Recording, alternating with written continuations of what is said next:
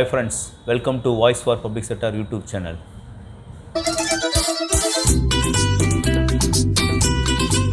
Today we are going to review the blockbuster movie Jai Bhim.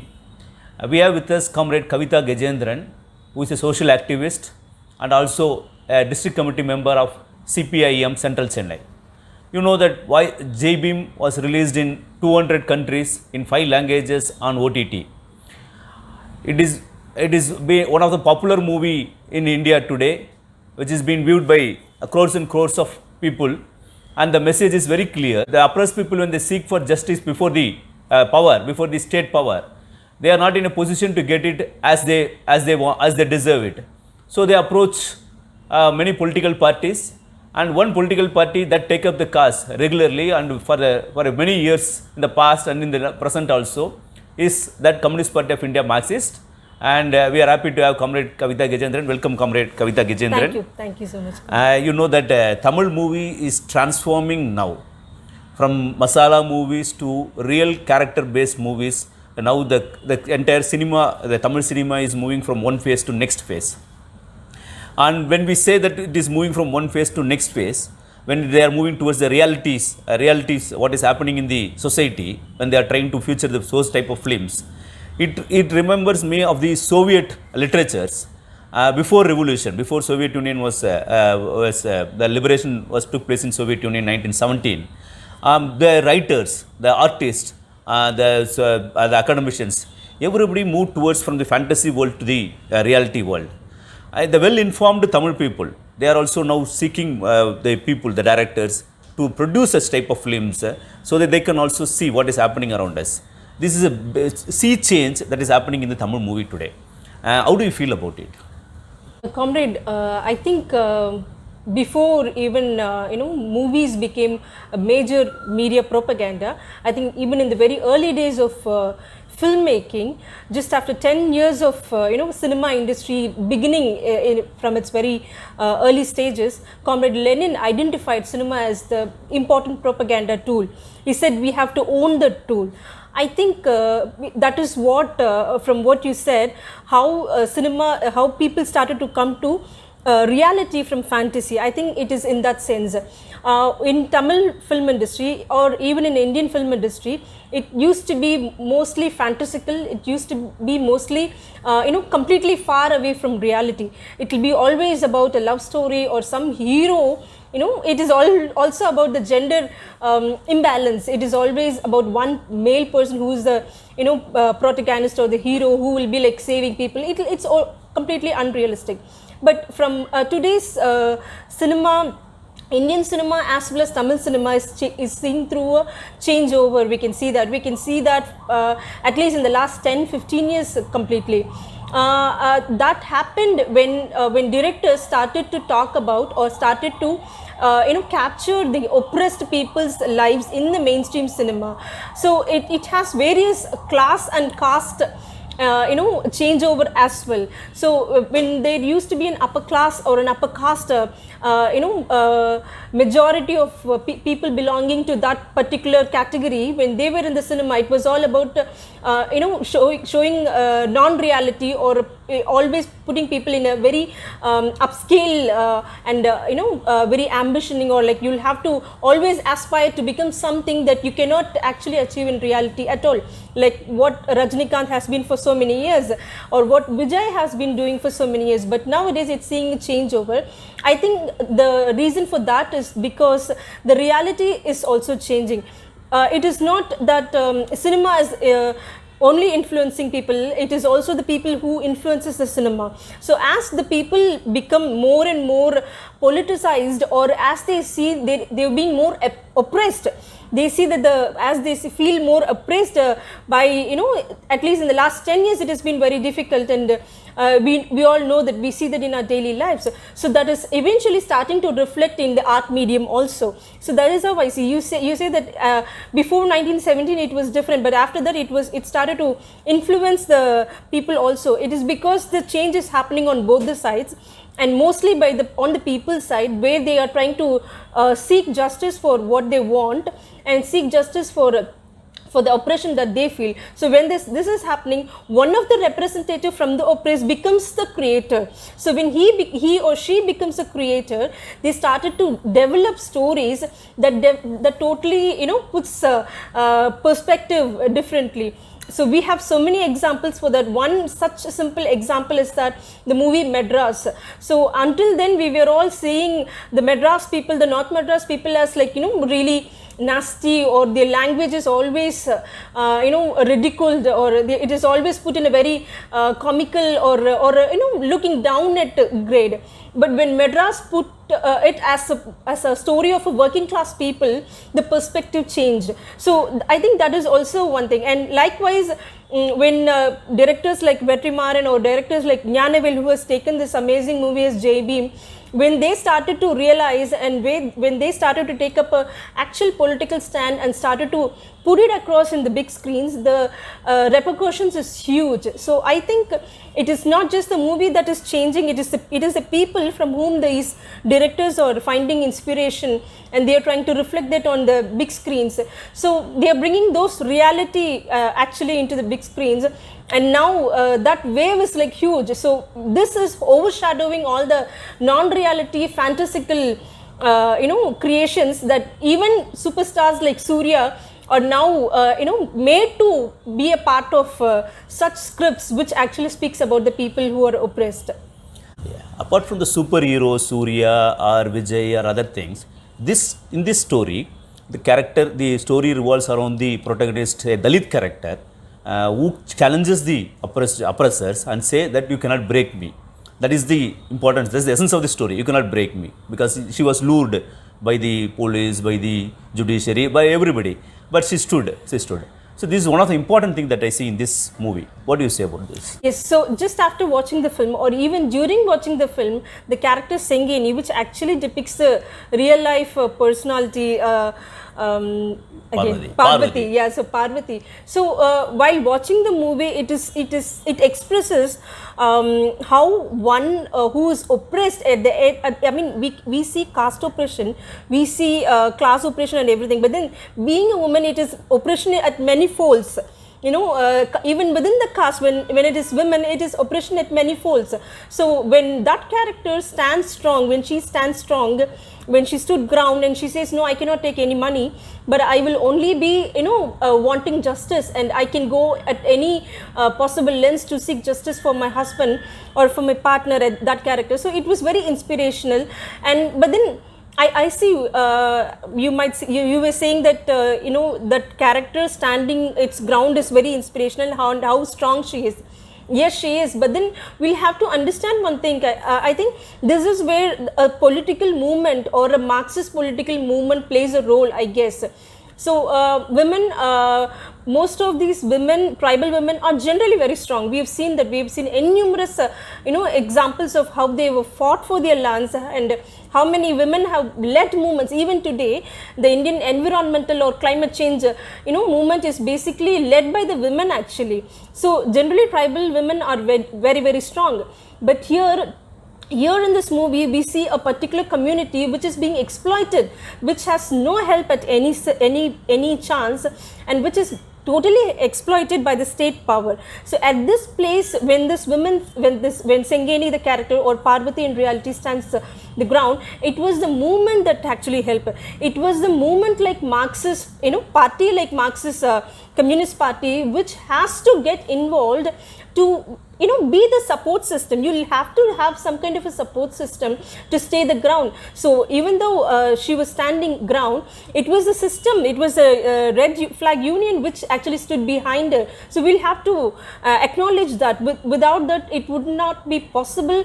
It was that movement which led her to another person, through which to Justice Chandru. So that is the reality. There might be NGOs, there were other political parties which actually, you know, we've read all these news which extended help, but we also knew that there were parties which actually you know, dealt in deals to you know, not put pressure on the police or to not take the case further. We know Comrade Govindan, who was actually offered so much money, like about 20-25 lakhs, but still he did not take it, and he decided to stand beside her. So there were so many factors, like there were so many elements even within the Marxist party, like the Arivoli Iyakam, or the party's cadres, or the or Justice Chandru, like legal support. All these factors stood behind her, so which actually strengthened her, and which probably gave her the conviction to go further so strong. So that is, I think, that is why it also became possible. That is why it also became possible for even a movie, I guess. So it was not just one person, but a big movement behind her that actually helped her. Your party CPM is the vanguard for all the people, oppressed people, especially oppressed people. You fought in the Vachati case for 19 years and got the judgment. And in fact, a lot of pressure came for the people who fought for the Vachati case. Comrade Shanmugam, Comrade Delhi Babu, who were in the field, who were in the ground, fighting against the system to get justice. But after 19 years, they got justice. This is not the isolated case also. Either this Parvati case, Rajakandi case, or Vachati case is not an isolated case. Even in parliament also, not only in the ground, not only in the field, but also in the parliament also, your party fought and your party ensured that the Tribal Act was passed.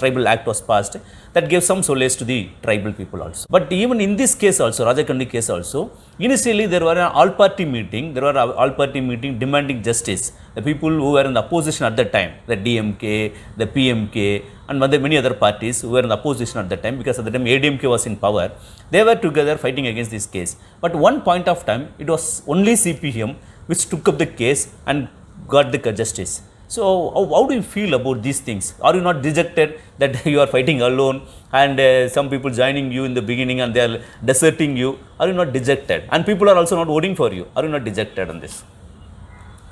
I think this is a very popular question that so many comrades have been receiving.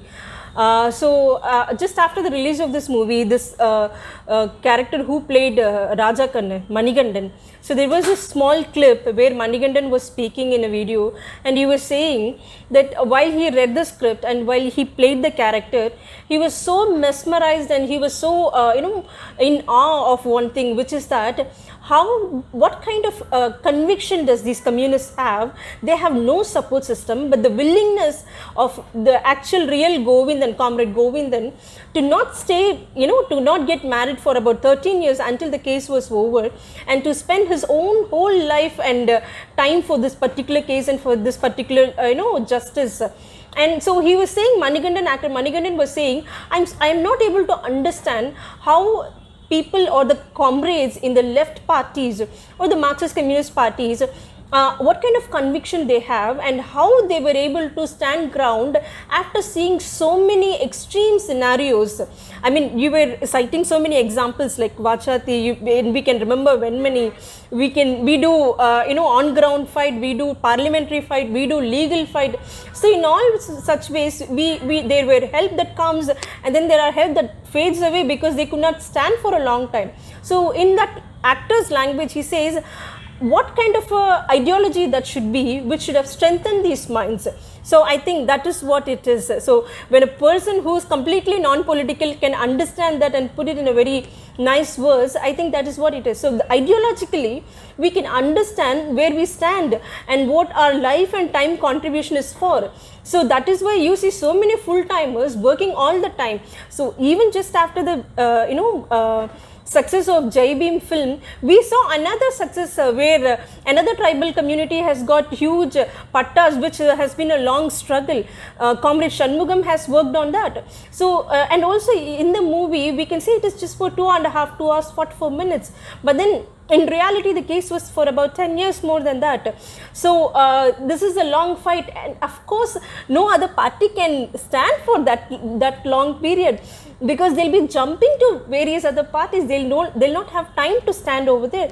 When you are ideologically strong, when you embrace Marxist ideology, it conditions one to fight until you get the justice. It conditions you to get the conviction to fight until the justice, because you automatically your technologically your brain automatically works towards a solution.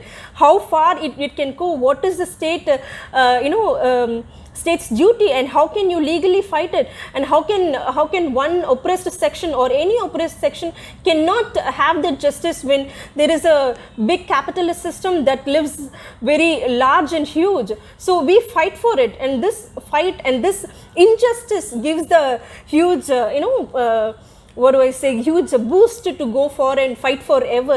So that is why, however long it goes, even in Vachhatri case, I think Aidva took a very long fight. So it cannot happen in any other party. So it is very understandable and natural that so many parties will leave. That is what it can do. Any other parties which does not have the conviction or ideological understanding of a Marxist party will definitely not stand. It is a natural thing, I guess. I cannot say that we have lost totally on the electoral phase, but then I would say that with the rise of right extremism, right capitalist extremism across the globe, we are still standing against it. Even though we have had our wins in many other states, we've been state tools, but still today it is the left movements which is against this Modi government on every fight, on CAA or NRC or farmers protest or everywhere. So I don't think we have lost it. We are standing ground across India. Even in Tamil Nadu, when the AIADMK government was there, we stood ground. Even across the globe, it is a scenario. So it is not just about electoral politics, it is about being with the people and standing by their justice and fighting for them. Yeah. In the current regime, identity politics has come to a center stage. You are also telling about that.